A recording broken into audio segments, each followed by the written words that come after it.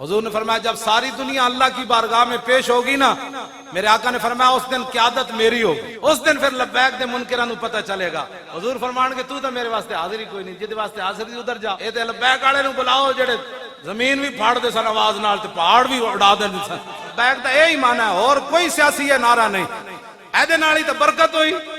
غازی تنویر قادری دلیری نال اندر بیٹھیا تے ساڈے بندہ 1 لاکھ تو زیادہ تھا، اخباراں نے لکھیا نا ساڈے بندے گرفتار ہوئے تے سارے اتنے گرفتار ایویں ہو گئے، اس نعرے دی برکت نال ہی تے اندر رہ سارے۔